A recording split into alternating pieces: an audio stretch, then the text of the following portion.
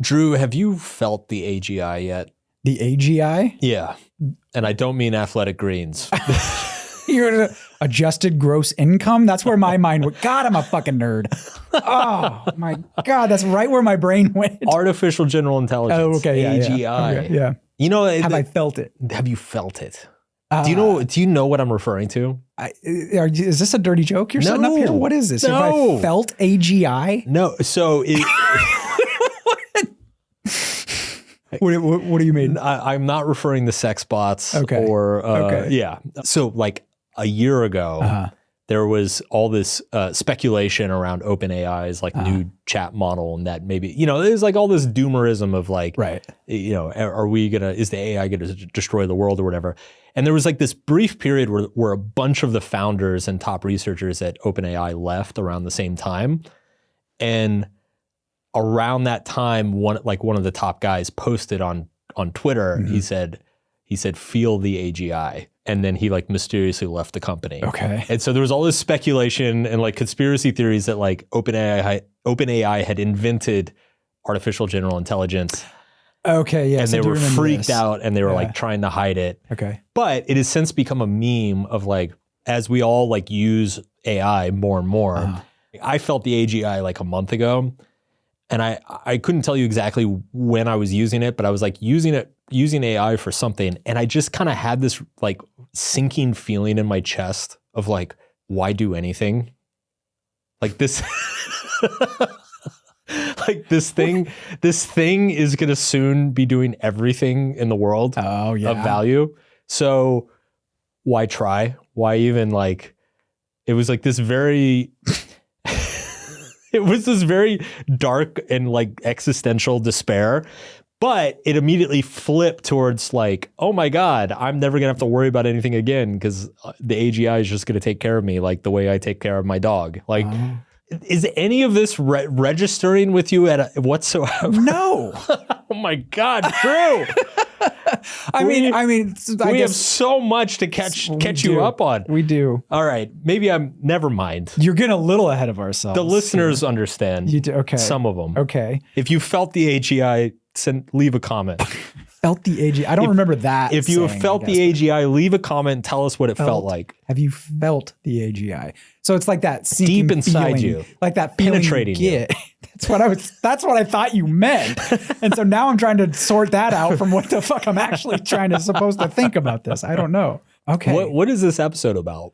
Well, we're gonna talk about AI later, Wait, but you got a thing. a thing. Yeah, you got some spittle. Oh God. Okay. I can't take you anywhere. I know. Mark, let's get into the fuck of the week. And then we're going to talk about resilience because you're going to need it when you feel the AGI. Is that where you were going with this? Okay, that was all right. God. Get with the times, Who's steering this ship? It's 2025. It's 2025. If you have not felt the AGI, you're not using AI enough, people. Andrew, roll the clip thing where we do the fuck of the week. Please. We're doing it. Here we go. It's the Subtle Art of Not Giving a Fuck podcast with your host, Mark Manson. All right. What are we doing? The fuck of the week is resilience. I want to talk a little bit about what resilience really is, because I think there's some misconception about that. Sure. And then how we can be more resilient in our lives. If there are concrete steps, maybe some models we can look at or anything like that. So, but to start it off, let's talk about what resilience is. Maybe a good way to do that is, what do you think most people get wrong about resilience? I think what most people get wrong about resilience is that they think it's just about enduring pain for an extended period of time. That that's not resilience? It's pure suffering. Okay. I think a large part of resilience is actually kind of, there's a bit of a mental gymnastics that takes place of like reorienting how you understand the experience that you're having so that you suffer less from it. So one thing that I talk about a lot is that there's this allegory from Buddhism called the two arrows, right? And the Buddha said that every time you experience pain, it's like getting shot by two different arrows. And the first arrow is the physical pain. It's the arrow piercing your skin. But the second arrow is the narrative that we create around the first arrow, right? So the first arrow is inevitable, but it's also temporary. But the second arrow, it's not inevitable. We create it ourselves. And it's also not temporary if we don't let it be, right? So it's like we all have first arrows that happened to us years and years ago, like pains, struggles that we went through, embarrassments, failures. And all of those momentary pains went away at some point. Most of us, at some point in our lives, created narratives around that pain and told us stories about ourselves that multiplied the pain and multiplied the suffering and made it more difficult to bounce back from it, right? So I think what most people get wrong is they think resilience is more about sustaining the first arrow, like just knowing how to get shot and grit your teeth and deal with it. But really what resilience is managing the second arrow. Is not spinning up the stories that torture yourself and managing those narratives and stories in a way that like you don't make things harder on yourself, that you can actually like maybe propel yourself forward using that pain. Right. Yeah. And you wrote an article about basically about post-traumatic growth a long time ago, how to grow from your pain or something along those lines. And the big point in that was just that it's not the pain or the trauma itself that's the even the thing to focus on or the thing that catalyzes change is what you do afterwards. And I think that's a big, we'll probably come back to that time and time again in this discussion, but that's a huge, huge point that I think a lot of people miss, is that it's not the pain that makes you stronger or anything like that. It's what you do in reaction to it. Right. It's the meaning that you attach to it. And there are certain types of meaning that you can attach to pain that can actually be leveraged to grow. Okay. Yeah. Okay. Well, you wrote this article too on resilience as well, and conquering adversity and all this. And there was this fun little experiment you went through, or I think this was the impetus for the article anyways, when you were testing all these like mental health apps. Yes. Do you want to go into that? Sure. So what happened there? This was probably 4 or 5 years ago. It was actually during the pandemic. So I briefly became really interested in potentially developing like some sort of mental health app or personal growth app. And so I was testing all the different apps on the market, and there are tons of them, like dozens and dozens and dozens. And so I was logging on to all of these, and I was just quickly intensely disappointed because every single one basically had the same functionality, which is it immediately validated whatever I said. You know, so if I got on and it said, "Oh, what are you dealing with today?" And I'm like, I'm a little bit anxious about this podcast, right? The first thing it would say is like, "I know being anxious is very hard. Is there anything else you'd like to tell me about your anxiety?" And then, I tell it something else and they're like, "I'm so sorry you're feeling that way. It's really hard being anxious, isn't it, Mark? Tell me more about your feelings." And it just went on and on and on. And it just became this like circle jerk of like, "Oh my God, tell me how you feel. It must be so hard to be you. Oh, you're so special. I wish you deserve so much better." And like, I found it so intensely unhelpful and in some ways counterproductive, because like, don't get me wrong. I understand that some people, when they're in a lot of pain, they do need their emotions validated to a certain extent. But very quickly, you need to get past that emotional validation and get into the second arrow, get into the meaning of like, okay, what is it about this podcast that you feel anxious about? Do you think you're going to fail at it? Do you think people are going to laugh at you? Do you think you're underprepared? Do you think Drew is going to be a meanie? Like, what is it that is intimidating you, right? And then let's pick apart that narrative and see if there's any evidence for it or any truth behind it, or if you're just kind of being irrational and like blowing things up in your head. There was none of that. It was all just like, "Oh, I'm so sorry you feel bad. Here's a balloon image to make you feel better." It was beyond useless. It was insulting to a certain extent. Essentially, what you're saying, you don't build psychological resilience by feeling good all the time. You build psychological resilience by getting better at feeling bad. You've said that in various ways throughout the years. And I think that's the main takeaway about what resilience really is. This is not, "Hey, how do I just feel better?" Right. Or how do I, remove that pain to the first arrow? You don't. Yes. It's that second arrow. It's you alter your orientation to the pain, right? It's like understanding, like, instead of being like, "Oh my God, it's the first arrow. This is horrible. Why does this happen to me? I don't deserve this," right? Like, that's kind of our default reaction. It's instead looking at it and saying, oh, it's another first arrow. Well, I've dealt with lots of these before. I'm sure I can deal with this one. What can I learn from this first arrow? What mistakes that I made? How can I get better? It's asking good questions. It's being realistic about orienting yourself, like understanding that a lot of life is random. Tragedy strikes everybody. Everybody screws up and fails at some point. There's nothing unique or special about your pain. There's no like predestined universe has decided you get to feel pain now. It's like, this is life, dude. Mm-hmm. Like everybody's struggling. Everybody's going through a lot. Yeah. So let's just try to be as clear-eyed and realistic as possible about that struggle and figure out like what are some useful things that we can do in that moment. Right. Well, what are some of those useful things, Mark? You had some recommendations, a few tips to help you out. You actually had 5 that I've gathered from various spots. Okay.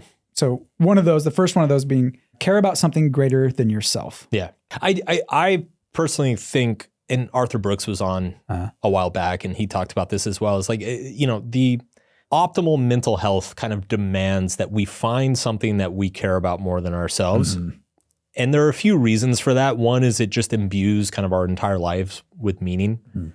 And that could be raising a family, it could be a career, it could be a mission, it could be a social cause, it could be a lot of things. But it's like it could be a religion. Mm-hmm. Like ultimately, you have to find something in your life that is so important that it deserves to outlast you. Mm-hmm. But the other benefit from that is that it helps ameliorate the downsides of life, right? So it's like if you're just the center of everything in your life, as soon as something bad happens, man, you're going to have a really hard time coping with that. But if you've got some higher mission or higher purpose that you're aiming for and you're pushing for, when something goes wrong, that mission or purpose is going to keep everything oriented in the right direction, right? It's going to pull you out of the muck. It's going to be the rope that kind of pulls you out of the muck because it will force you, because it is more important than you and your feelings, it will force you to find ways to handle and deal with your feelings so that you can move on and continue to move forward. Yeah. Again, the research backs all that up too. If you are like more religious people tend to be a little bit more resilient, or people who are attached to big causes that are outside of themselves that requires them some sort of sacrifice that they have to contribute. So yeah, that's. And by the way, like anecdotally, I've noticed this just, watching so many of my friends have kids. Mm. Oh yeah. Like just talking to them, like this is anecdotally, this is probably the biggest shift I've seen in all the people that I've seen have kids, is that they say they're like, for the first time in my life, there's something that is way more important than me, that I care about way more than myself. And I've talked to them and they've said like, yeah, it's kind of easier to deal with bullshit now because it's not about me. Yeah, it's very clarifying. Yeah, exactly. Like I always know, what I need to do, why I need to get back up and try again, right? And it's there's something powerful to that. Yeah. Well, and that kind of gets right in the second one too, which is focus on what you can control. And I'll just say up front that research says if you have more of an internal locus of control and like focus on the things you can control, you're more resilient. Why do you think that is? Well, this is the old Stoic thing, right? Yeah. It's focus on what you can control and then like let go of what you can't control. I think there's just like a real practicality in that, and that a huge amount of our well-being is driven through a sense of agency, like a feeling that like we are determining the outcomes in our lives. And so if you are constantly focusing on factors that you cannot influence or you cannot control, you're removing that sense of agency from yourself. Whereas when you are focusing on the things in front of you that you can control, you're amplifying that sense of agency. And so aside from it just improving mental well-being, like it's also just practical, right? Because if you're constantly focusing on stuff that's outside of your control, then you're essentially wasting attention and energy, right? So you're going to get less done. You're going to be less influential. You're going to make less progress, right? And progress also feels good. So aside from just the sense of agency, you also get a greater sense of progress and growth and feeling as though like your life's actually moving somewhere. Yeah. This next one was inward optimism, outward pessimism, and generally you could kind of characterize this as negative visualization a little bit. Sure. But then there's also the inward optimism part of that. So what do you mean by that? This came from a reader question, like on a really early newsletter. Like this was probably a newsletter in like 2016 or 2017. And it was asking me, should you be an optimist or a pessimist? Like, it's like pessimists are going to be better prepared when things go wrong, but an optimist is going to like have a higher expectation of success. So like, what is actually better? And it sent me down a research rabbit hole. And basically the conclusion I came to is what's there is an inward optimist, outward pessimist, which is that generally speaking, people who expect good performance from themselves achieve better performance. The more you think yourself capable of doing something, the more likely you are to end up doing it. This kind of comes back to the agency thing. But also to the negative visualization point, people who mentally rehearse problems that could occur or things that could go wrong, the more prepared they are when things do go wrong, right? So, and I think and just kind of logically, if you think about it, if you think about the least effective people in the world, like think about the least effective people you know in your life, right? Chances are they drastically underestimate their own power and agency, right? They think they can't do anything when actually they can. And generally they overestimate how the outside world should go, right? They expect everything in their environment to work perfectly and go correctly and for nothing to go wrong and no inconveniences to happen, right? Both of those just lead to a lot of pain and suffering, right? So it's, if you flip those around, expect a lot from yourself and then prepare for the worst with everybody else. And that seems to be the most effective orientation to have with the world. Yeah. But yeah, Tim Ferriss popularized that maybe like 10 or 12 years ago. Yeah. And it's super useful. And I think the way he says it is he's like, if you want to do something and you're afraid to do it, like mentally go through the worst possible outcome and like really write it out. Like, okay, if this goes as bad as it possibly can, here's how people are going to react. Here's how my life is going to change. Here are all of the things I'm going to have to deal with, all the fallout that's going to happen, all the lessons I'm going to have to learn. And he said that like 95% of the time when you do this exercise, as you're writing, you realize you're like, this isn't that bad. Yeah. This is what I've started using just within the last few months too. Yeah. Like worst case scenario, let's really think this through. Yeah. I'm like, oh, I can do that. That's fine. It's like, I can handle I'm that. actually okay. Oh, Yeah. these people over here are going to hate me if I do this. I don't give a that's shit. fine. Cool. Yeah, whatever. I'm glad they do, Yeah, definitely. That's a good one. This next one's kind of related to that too. Then the find your inner masochist. So you posted this on social media one time. You said the sick and twisted truth about human nature is that as much as we crave feeling good all the time, there's a small part of us that kind of likes the pain and the struggle. So embrace it. Yeah. Hit me, daddy. Feel the AGI. Feel Mark. the AGI deep inside you. No, it's funny whenever I give talks, this is always like a hit line. Yeah. It's like I'm like up on stage and I call the audience a bunch of masochists and then I tell them to like spank me. And if you can imagine, I'll do this in like a conference of like, insurance brokers or something. And it's just like this awkward laughing that goes on in the audience. Oh God, we don't have real jobs. Thank me, daddy. So here's the thing. This is actually good because this ties together a few of the threads that we've talked about. So if you find some sort of higher mission or purpose in your life, something you truly believe is more important than yourself, something really interesting happens, which is that the struggles that start happening along the way, you kind of start relishing them a little bit. Like obviously you don't want that struggle, but like there's a weird kind of, I've talked to other authors about this, about how like the struggle of writing a book is fucking real. Like it is mentally one of the most difficult things I've ever done in my life.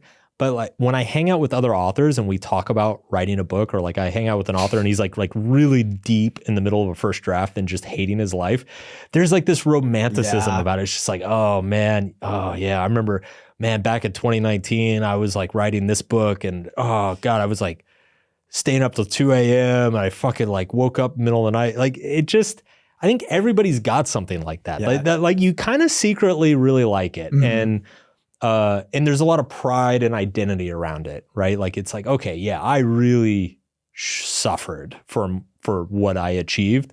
And I think, there's a little bit of a, I look at like some of there's a little bit of like porn around stuff like Navy SEAL training and special forces and stuff like that. And I think a lot of that is this, like there's this a little bit of a masochism of like, seeing what you're made of, seeing how much you can endure, and knowing it's for a really, really good cause or purpose. Like that just hits a sweet spot in the human brain that we secretly kind of relish it. Yeah. And even when we're in the thick of it, you're like, yeah, I'm glad I'm feeling this right now. Yeah. I've seen you, we've had people on the podcast who were like in the middle of writing a book or something like that. And you just perk right up. You're like, oh yeah? Yeah. Right? Tell me about it. Yeah. Oh, spank me, daddy. Yeah. How are you getting spanked? Tell me all about it. You like light up. You're like, wait, you are? Oh. It is. It's like a secret. I imagine it's similar. I don't know. I imagine it's similar with like military veterans or something. It's like just like trading stories. Mm-hmm. Yeah. Authors, they get this weird, it's like, how's the draft going, dude? Like, oh man, I'm like, I've got this chapter 8 and it's like, none of it's making sense, and like fuck, I think I'm gonna have to rewrite the first part again, and I'm just like, oh yeah, I hear you, buddy, I hear you. Put your arm around them. It's like, I've been there, dude. you're comforting them, but you're actually like, oh yeah, I mean, there's also like a sick Well, okay, so that gets into the last one actually too, which is never suffer alone. And actually, so there's a social aspect to this, and the research. One of the findings they find repeatedly is that having social support is like, that's a bedrock of resilience. And I think that gets overlooked a lot too. Yeah. People are like, how can I be resilient? How can I conquer my adversity and this and that? It's like, well, you don't. You do it with other people. Yeah. Right. And I think having the other people with you adds that sense of meaning and purpose as well, right? Right. Because it's like, ultimately we are social creatures, and it's just having people who are on the same path and who are enduring the same pain and hardship that we're enduring. Mm-hmm. It amplifies that sense of purpose and makes things that much easier. Maybe that's why I relish it with authors too. It's just, I'm sure it is. Yeah. It is like, I empathize with where they are, and I know that it's like, if I can just make them feel like they're not alone, then it like relieves a little bit of that burden for them. Yeah. I actually had this conversation like a year ago with a friend of mine, maybe it was like a family member, but I was in one of those periods with the business where I was just working like an insane person. And I was talking to somebody, and they're like, how are things going? I'm like, I'm working a lot, it's been a lot. And they're like, well, tell me about that, and I started talking about it, and like, yeah, I'm like working weekends and, probably at least one evening each week, and, probably put in 70, 75 hours a week at least. And, but it's temporary, and we're scaling up, and we're doing this, we're like launching a bunch of stuff. And it was funny because they started trying to give me like work-life balance advice. And I was like, they got like 2 minutes into it. I'm like, actually, I don't want this. I'm fine. I'm like, don't get me wrong, I'm suffering, but I really like suffering this way. Like this is, I'm happy with this stress in my life. And I also know it's temporary, so I'm like willing to make this trade-off for a short period of time. So I suppose that's another way to look at the resilience equation, is like, if it's possible to view the struggle in your life as a trade-off for something greater, whether it's in the future or for somebody else that you care about, or for some cause that you care about, as long as it feels like there's a good trade-off happening, then you'll be okay with it. Yeah. You'll endure it. Yeah, for sure. Yeah. Okay, that's all I got for this section, I think. And, thank you for listening to my presentation. We'll be right back after these messages. And Mark will make you feel the AGI when you come back. Bend over.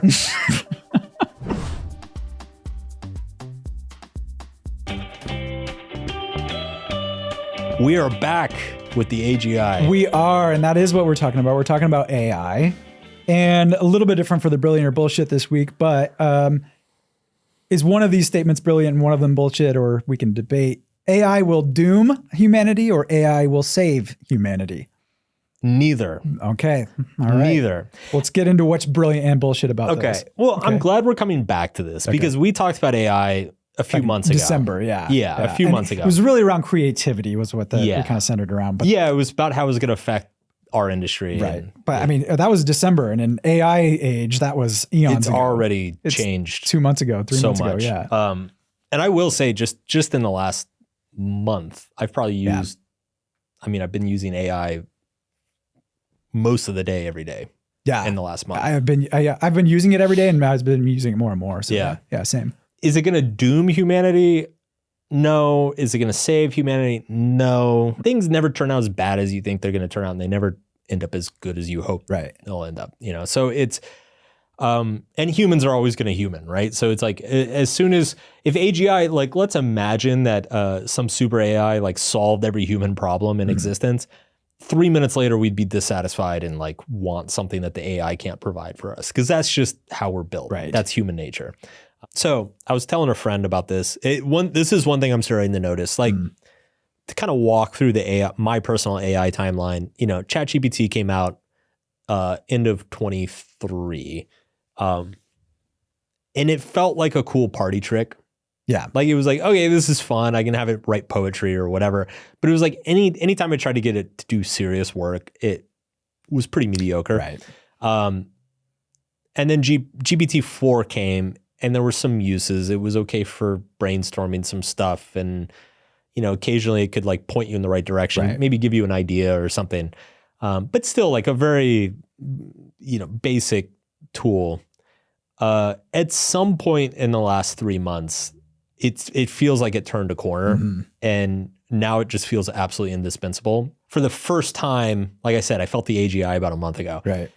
It's like really just in the last few weeks, it feels like, okay, this does feel like it's going to kind of take over everything. Like it's going to integrate into every aspect of our lives and disrupt and displace a huge amount of what most people spend their time doing. Probably the most since like the internet in the 90s. I was telling a friend recently, I said, I've now lived through, I guess, 4 technological revolutions. And I said, the thing that feels different about this one is like the more I use it, the more I feel like I should be using it. Like I remember when mobile came around, like iPhones were super cool, but you were like, God, I should be doing something else. Exactly. Exactly. Yeah. And it was the same with the internet. Yeah. And it was the same with social media. Yep. And like, this is the first time that like when I'm not using AI, I'm like, I should just be doing this with the AI. Yeah. Like it'd be so much easier and faster and more efficient. I've hit the point with nonfiction books. Like, I think books might be cooked, dude. I'd say the last like 5 to 10 nonfiction books I've read, I've gotten really impatient partway through. And it took me a while to realize that it's like, I'm so accustomed to just chatting with a knowledge base. Yeah. And having the answer like immediately delivered to me with all sorts of links and references and being able to like I start reading a nonfiction book and I get 2 chapters in and I'm like, this is really slow. Like, I wish I'd just get to what I want to know. And so I'm already feeling my brain being trained that way. Yeah. And and when I think about it, like as the knowledge, like the data sets get better and as the user experience gets better, I could really see books feeling as though they're like just a clunky, inefficient medium for information transfer. And that freaks me out as an author a little bit, right? Yeah. The other thing, I don't know if you've messed around with like these like AI companion apps at all. I haven't really, no. I know you have. But they're strange, but it took me a while to kind of I've been using them just because I want to understand them. Like apparently like the usage rate, like the people who use them, they like use them an absurd amount, especially young people like Gen Zers. Yeah. Like the usage rates are through the roof. And it's like very reminiscent.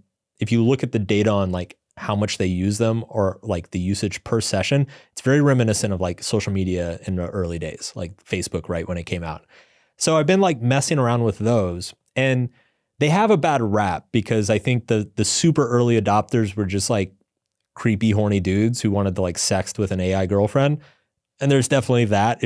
if that's your thing. If you want to go feel that AGI, you can go feel it. That's where technology always starts out too. Exactly, dude. Porn is always the first thing in any medium. Yeah. But what, like, if you actually go mess around with it, so like one of the most popular companion apps, I think, called Character AI, and one of the most popular like conversations, it's just called Hogwarts. And it basically just drops you into a Harry Potter fan fiction. It says like, you're a new student at Hogwarts. This is your first day. Okay. And you can write, it'll give you like, you know, part of the story, and then you get to add whatever you want to it. And then it'll keep adapting to your version of the story. Oh, that's kind of cool. So it's like an interactive novel. Yeah. Right. So it's like a choose your own adventure, but like real time. And it's like infinite decision trees. Right. Oh, that's pretty cool. I love choose your own adventure back in the day. It's sick. It's so cool. That's pretty cool. And so I've actually hit this realization just in the last few days of like, this feels like a new medium. Like it feels like a new form of entertainment entirely. It's not like a better version of books or a better version of movies. It's like just a completely new category. It's a new category all of its own. But then I also look at it and I'm like, fuck, man, like, why read a novel when you can be in the novel? Yeah. You know? And it's a personalized novel. It's a personalized novel. Yeah. So it's like you can take it any direction. Like if you don't like a character, kill him. You can get rid of him. Yeah. You'd be like, I don't want to talk to that guy anymore. I want to hang out with this character. Okay. And then it completely, you and I could like technically like do the same AI novel and have completely different storylines. Yeah. That's wild. Okay. Yeah. It is going to disrupt and change everything on a scale that like, I think the internet's probably the only comparable thing. Right. Yeah. You talked about like the rate of adoption of these things too, which is insane. So I think there's a few different kind of groups of people who see this. Some people just aren't even using it right now. Yeah. And I have a whole bunch of stats here. I'm not going to go through them all, but like there's a lot of people who still aren't using them, but the adoption, a lot of people are using them. Yeah. So really coming around. Then there's people who used them early on and they thought they sucked and they just haven't went back yet. Yes. I think that's a mistake probably. Totally. If you're one of those people, you should get back on and start messing with it. Which you made that point in the last time we talked about AI on here was actually what you said. If you're not using it, you're dumb is what you said. That was me insult my audience. That would never happen. That didn't go over well with some people. Yeah. Well, surprise. But yeah, I think I do want to talk about though too, what the average person can do right now. Yeah. What's going to prepare us best for this crazy world that I think you're more into it than anybody I know. You've dove into AI more than anybody I've. I use it all the time, but I feel like I'm still surface level, very much so. So if there's somebody out there who, I don't know, doesn't really even understand it, or they use it a little bit and they're like, yeah, it's kind of fun or whatever, but they'll see it as a toy. They see it as social media, you know, the new version of whatever. What do you think we need to be doing right now? I think the best thing you can do is just set aside, take like a Saturday morning or something, block off 3 hours and just make yourself play around with it. Yeah. It is a slow burn. It is. Yeah. Like that's you do kind of have to learn how to use it. And it took me a long time to realize as well is that like you get the quality of the output is directly proportional to the quality of the input. Which is just like a relationship you have with anybody else too, exactly. Right? Exactly. Like you have to treat it like that. So like if you just show up and you're like, give me a new workout routine, it'll give you the most bland, blasé. Oh, it sucks. Yeah. It's going to be useless. You're going to be like, wow, this sucks. Why would anybody use this? But if you go to it and you're like, look, I'm a 40-year-old male. I have a history of lower back injuries. These are my PR weights. This is how much I weigh. These are my goals for the year. This is my schedule. This is how much time I have. This is roughly how much protein I'm eating.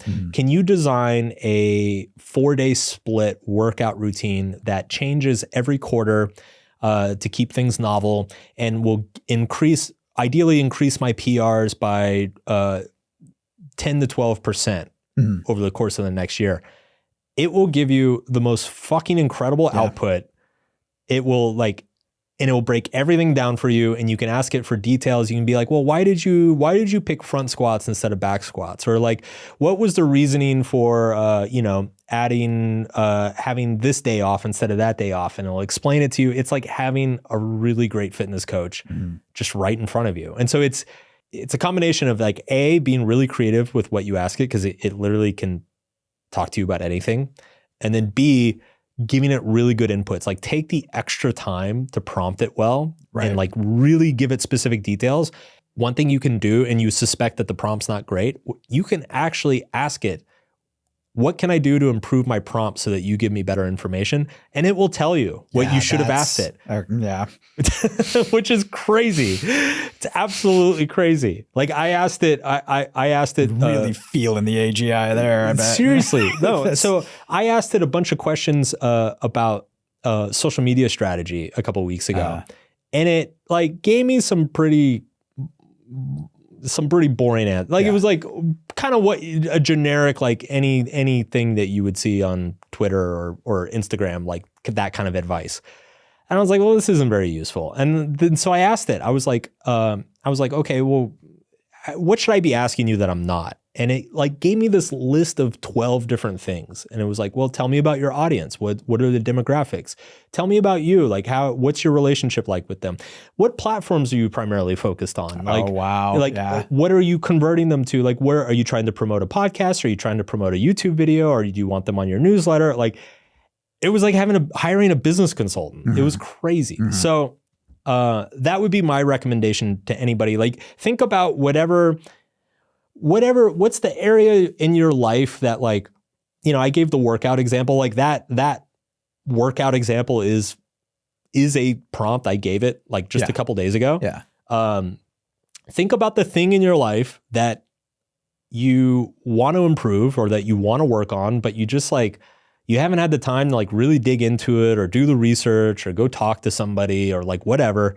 And just like take a couple hours on a Saturday morning and just go hard with ChatGPT on it, and you will be shocked how far you'll get. Okay. Yeah. Okay. So you've made a bull case there. Yes. Somebody's going to listen to that though, and they're going to say, okay, Mark, so you just said that writers, personal trainers, social media consultants, they're not going to be needed. So there's going to be people out there saying, well, what the fuck am I going to do then? How am I going to pay for all these models, AI models in the first place, if I'm not going to have a job? You've been very open with the rest of the team about the AI that you use and everything like that. And you say, okay, I need you guys to start using this the other day. You posted this announcement, and immediately one of the reactions was, that was a great post, Mark. I thought you were going to end it with, you're all fired. Which, and that is like, I mean, part of it is whenever a new technology comes along, society freaks out and say, well, what are humans going to be needed for? Right. It's like, if you don't need humans to shovel the shit anymore, like what are we useful for? Yeah. Well, we found something else to be useful for. Yeah. What are we going to be useful for if AI takes all the creativity or the creative jobs or the knowledge jobs? Because that's what it's going after right now too. It's not going after the blue collar jobs really right now. Yeah, your plumber's fine. Yeah. Or the people who are doing real high end coding or anything like that. You know, it's not going after that. What are the rest of us supposed to do? I personally believe that like scarcity never disappears, it just gets displaced, right? So it's like anytime a technology is invented that solves scarcity in one place, it creates scarcity somewhere else. And so what I've been asking myself is like, where is the new scarcity, right? So if essentially knowledge is universal and immediate, like if everybody in the world has access to all human knowledge more or less instantaneously, knowledge is no longer the scarcity, which is great. That's a massive unlock for humanity. But then it forces the question, where is the new scarcity? And I have a lot of ideas on this. I do think human connection, in-person human connection is going to go up in value quite a bit. I think we're probably entering a world where anytime we have to do anything involving any sort of creativity or information whatsoever, we're going to be on a screen. I mean, we already are to a certain extent, but I think it's only going to be more so. And I think it's just the in-person sense of community and connection is the premium is going to put on that is going to go through the roof. And so if you just think about things like, I don't know, clubs, yoga classes, fitness groups, basically anything, events, concerts, anything, any excuse to get people in a room together doing the same thing at the same time. That's the new scarcity, because everything's going to be available everywhere for everybody, except for being next to another human being. Like that is the only thing that's not going to be scaled infinitely for everybody. But like, I don't know, there's a lot of debate within like AI researchers of, you know, how creative can they get? Like right now they're just kind of reshuffling and regurgitating human information. And so any apparent creativity is just an illusion created by like just remixing previous human information. So I don't know. I don't know. So what do you think, what should people be most concerned with? I think, like what is the biggest danger for the average person? Sure. It's just, and we're not talking about, like AI coming and, you know, taking over the world and enslaving us or anything necessarily like that. But within, you know, the near to medium term future, what should be our biggest concern around it? The biggest concern should be not being aware of it. Like if you are, I'd say if you're sleeping on it.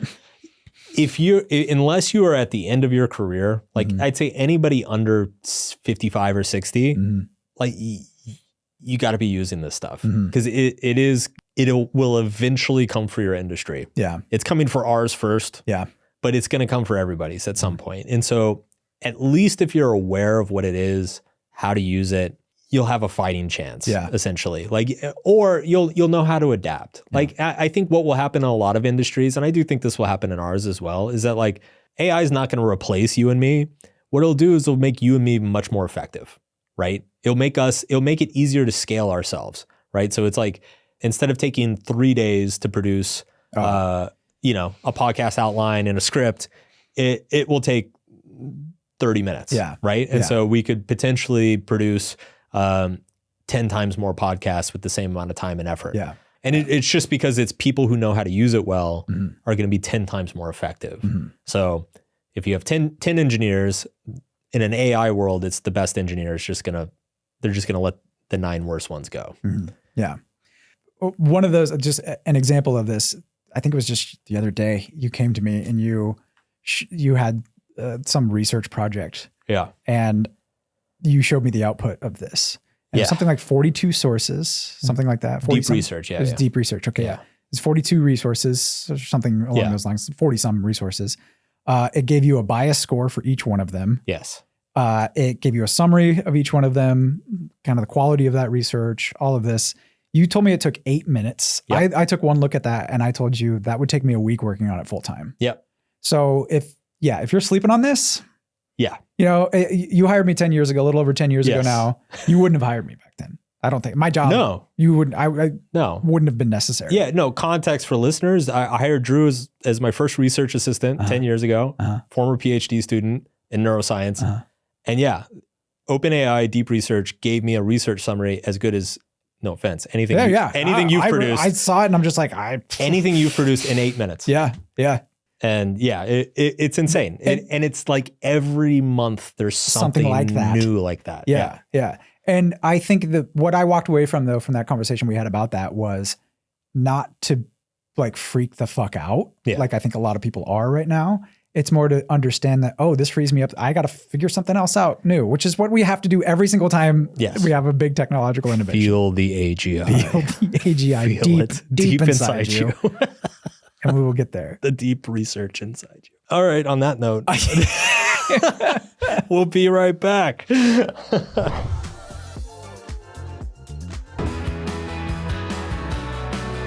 All right, we're back.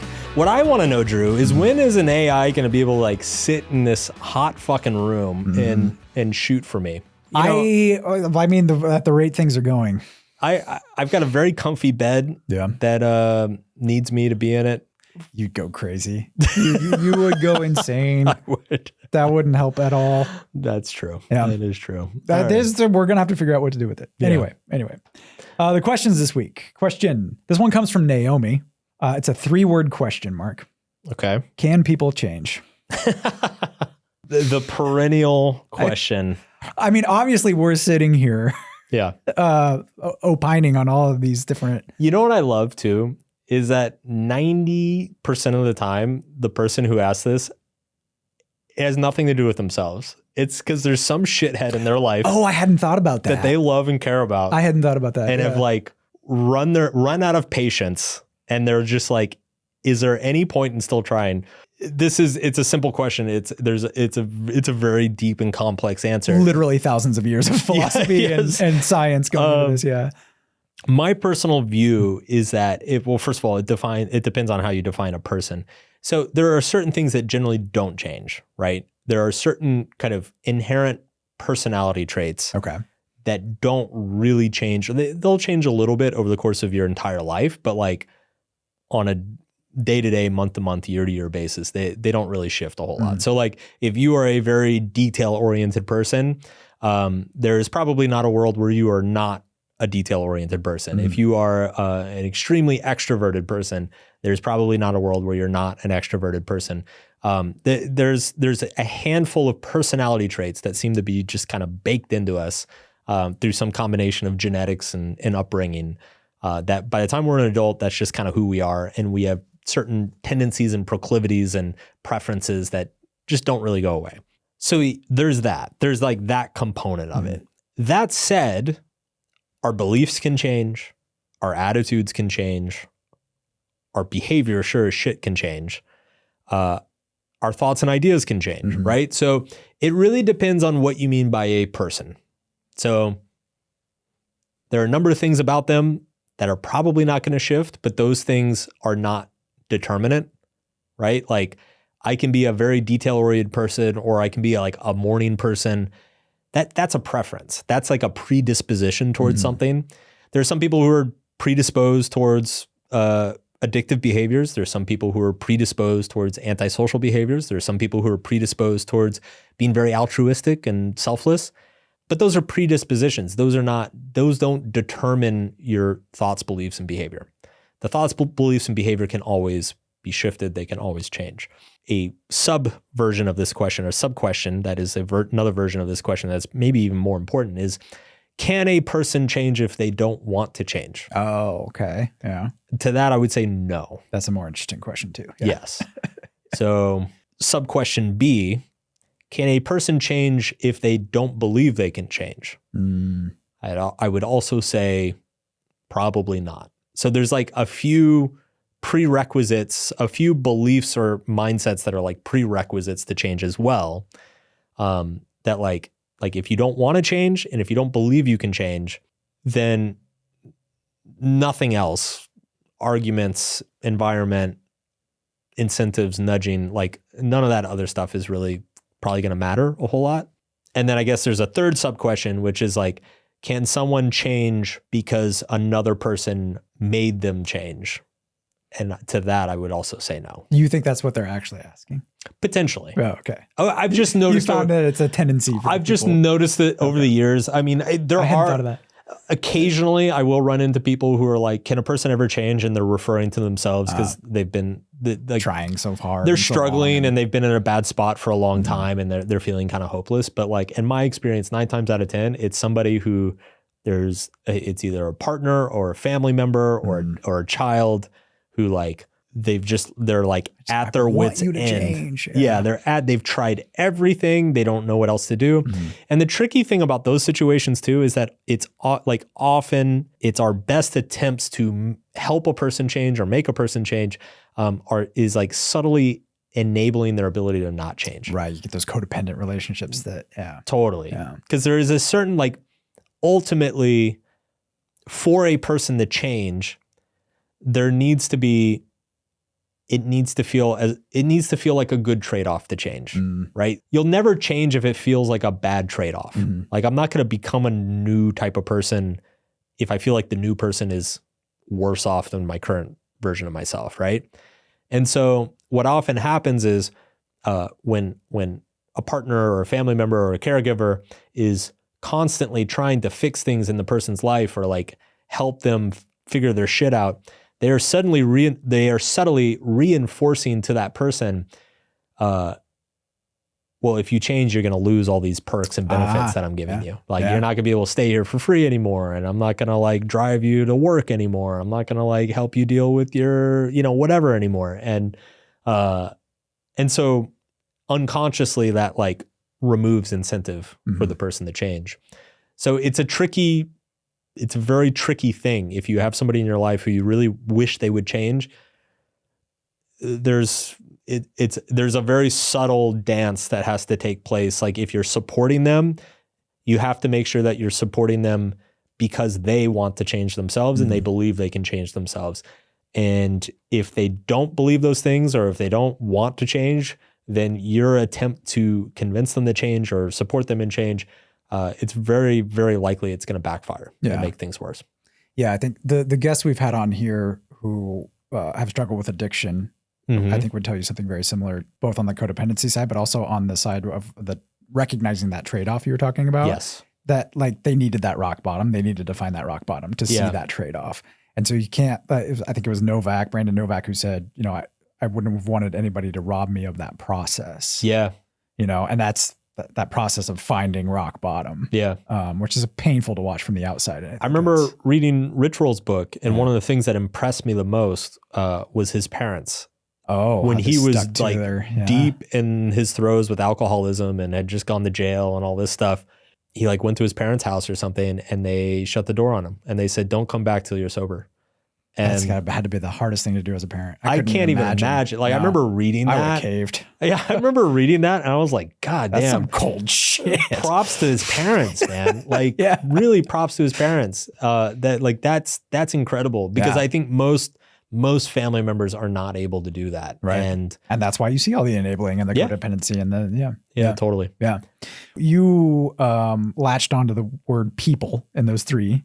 I latched on the word change. Like, what do you actually call change? Oh, interesting. What is the definition of change? Interesting. So that's why this simple question has all these little rabbit holes you can go down. And I thought, well, what do you mean by change? Because there's behavioral change. Yes. Can you change your personality? You alluded to that as well. Can you change your identity? Like, I'm a loser. You know, can you change that thinking? And then, you know, there's all this like around things like self-actualization, you know, that the humanists came up with. We appear to have this drive towards change. Yeah. And that we're seeking it, but is it actually, what constitutes change in any of that? Because a behavioral change, if the environment changes and you didn't do anything about it, but yet you change your behavior around that, is that change? Is that real change? Is that the kind of change you're talking about? I mean, you've changed your behavior, sure. This is a really good question, because I run into this, especially with like the woo-woo crowd out here in LA. There's so many people I know out here who, you know, they do all their spiritual journey stuff and retreats and seminars and have a shaman and a guru and psychedelic, you know, the whole 9 yards. And every time I see them, they like swear on their life that they have like, they're completely transformed. They're like, "Oh my God, Mark, you wouldn't believe I went to Costa Rica and I did this whole like shaman thing. And like, I'm a completely transformed person." And then I ask them like, "Okay, cool. Well, like, how's life going? How's business going? How's, you know, your relationship going?" And it's all the same shit. Same shit, different day. It's all the same shit. And I'm like, okay, so what changed? Yeah, you know? Right. And I think that it's a really interesting question, because, and maybe I'm wrong, but like my bias is that if your behaviors are the same, I don't think you really changed. Like it's kind of like it's putting lipstick on a pig, right? Like you could see your life differently, but if your behaviors are the same and the problems are the same, then in my mind, you haven't really changed. So I guess my definition of change would be behavioral driven. Behavioral, yeah. Or I would actually say it's problem driven. So like it'd be one thing if and this has happened a couple of times. Like some of these people, like they'll come back from their like whatever retreat, and they'll be like, you know, I thought this was a problem in my life, but now I actually see that it's not, you know, or that I've changed my perspective, or I've shifted my values, and I'm okay, like, you know, with whatever. So if the perception of a problem has shifted, then I would say that is a change, right? So if the behavior around a problem changes or the perspective around a problem changes, I would say that's a change. But yeah, if neither of those things have changed, then yeah, you'd be hard pressed to say you've really changed if one of those two things, your mind hasn't changed, your behavior hasn't changed, or both. Well, and I think this also ties into, because I think what a lot of those people experience, and this is a common knock on therapy as well, is that what has probably changed is their perception of themselves. right? Right. So it's like I could go to a therapist, you know, this used to be the big criticism of like Freudian therapy, right? It's like you can go to a therapist and you can like learn all this crazy shit about your childhood and all this, how your mom was actually kind of a terrible person and all this stuff. But then you still have to go back to your life and all the problems and dysfunction in your life. It's like still there. Nothing's changed. You haven't done anything differently, right? And so like that was always the big criticism of like that old school Freudian stuff. And I think there's a little bit of that in the self-help world. You know, it's like people they'll go like do a bunch of psychedelics and lay around and some kind, meditation, whatever. And they'll get some sort of insight into themselves and like a greater understanding of like, oh, this is why I'm this way, or like, this is why I always feel like this. Maybe I should chill out. And I think that insight to them feels like a profound change when really it's just a change of self-knowledge or self-perspective. And I guess by my definition of change, if the problems are the same and the behavior is the same, then like nothing really changed. Okay. Yeah. Yeah. What do you think you've changed in your life? And you can't say your health stuff because we already know about that. That was going to be too easy for you. What do you think you've changed? I can give you an example from mine too. I'll just give you a quick example of one I thought of. Sure. I've become much less reactive in my relationships, especially. Yeah. Things that used to set me off, I've been able to like be more mindful and catch myself. Yeah. Be like, okay, what's the best reaction here? Things that come up now that would have just like set me off earlier, I've been able to really step back and be like, okay, what's the best for the relationship here? Not what's the best for my little ego boost that I need. Like that. I really do think I've been able to do that. And that's just been within the last couple of years, honestly, the last few years that I've gotten a lot better about that sort of things. To me, that feels like a big change. Yeah. And I think it's also reflected outwardly as well. Yeah. So has that caused you to behave differently in your relationships? Yeah, 100%. Okay. Yes. Oh, I mean, I feel just so much more like secure in my relationships now too, that whether it's friends, romantic, whatever. Sure.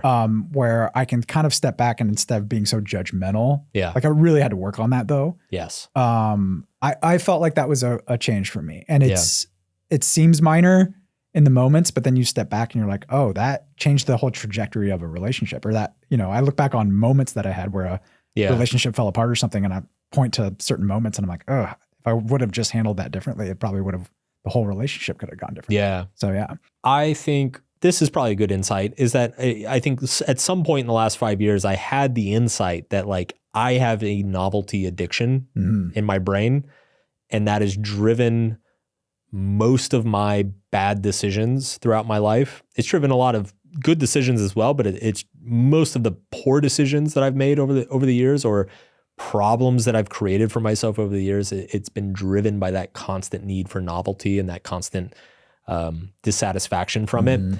And so that realization by itself, I did not change, but that realization sparked change by me being much more conscientious about like taking fewer trips, saying no to more business opportunities, focusing more on showing up for friends, you know, being more consistent in like my community and the people I know. And like, you know, it's a conversation like my wife and I have been having a lot the past 2 years, because I think she and I are just both kind of bad at it. It's like, show up for the little thing. It's the stuff you're really good at. It's like, show up for the little things. Like they add up and they really matter. And those are the things that old Mark would be like, well, that's boring.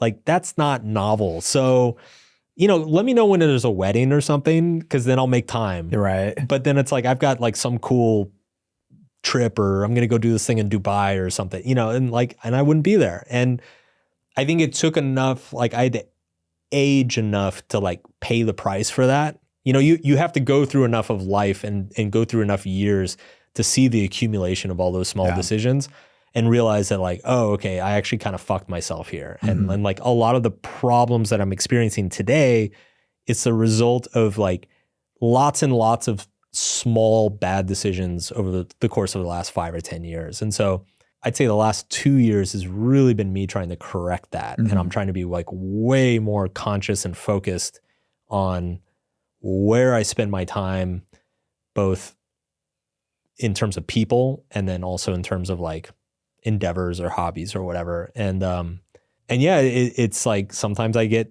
sucked back a little into the novelty vortex. You know, I can like feel I'll like, well, you're never going to change that. Exactly. That's a perfect example. Like that desire for novelty, it's never going to go away. I'm always going to have that. What changes is my ability to manage it. Right. It's like the behavior that it produces. Right. The output that happens in terms of like my behavior and my beliefs and my commitments. So that's probably been the biggest one. Yeah. And that's kind of where I've landed on all this too, is that there probably are things that aren't going to change, or at least not change very much about you, but the way those are expressed can be changed. It's kind of like, how do you channel your introversion or extroversion, or your novelty seeking versus your comfort seeking? Yes. You know, like those can be changed. And I think so many people get mixed up because they try to change the disposition. Yes. Like they try to change their personality. I want to be a new person. Yeah. They're like, I don't want to be an introvert anymore, or I don't want to be an anxious person anymore, or I don't want to, need so much of a routine anymore. And it's like, sorry, but like, if that's how you've always been, you're probably always going to be that way. It's funny. And it's like, I think people resist that idea, but I have actually found that like, if you can kind of state it point, like I've had conversations with people before where like, they've kind of come to me and they're like, man, I'm an anxious mess. I'm really having a lot of problems. Like, how do I deal with this? And I'm like, well, tell me about it. How did this start? Well, it turns out they've always been an anxious mess their entire life. Right. And they're just like, I'm sick of it. I don't want to be this way anymore. And I'm like, well, I got bad news for you. Like, you're an anxious person. That's just life. Like, everybody's got a thing. Some people struggle with anger. Some people struggle with depression. Some people, like I'm a depressive person. I fall into depression, I think much easier than most people. Yeah. My wife is a very anxious person. She worries about stuff much more than most people. You were saying that you get triggered and fly off the handle. Like, some people get angrier much easier than some, like we've all got our thing. And it's like, you don't change the thing, you change the reaction to the thing. Yeah. Yeah. Yeah. And, that can be it's a slow process. It is a slow process. I think the other thing about change you have to just be willing to accept and sign up for is the slow grinding nature of it. Yes. And what else are you going to do though too? Like that's life. Yeah. Yeah. All right. I would ask for the wisdom of the week, but the last time you gave us that.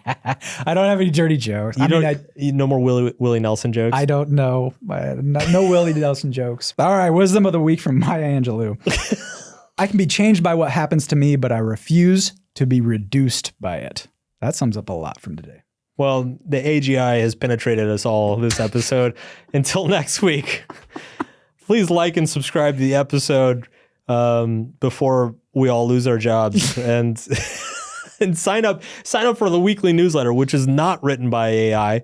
That's true. It is every Monday I send out one idea, one question, and one exercise to help you have your next breakthrough. It's at markmanson.net/newsletter. Feel free to email us questions at podcast@markmanson.net. And I guess we'll be back next week. The Subtle Art of Not Giving a Fuck podcast is produced by Drew Burney. It's edited by Andrew Nishimura. Jessica Choi is our videographer and sound engineer. Thank you for listening, and we will see you next week.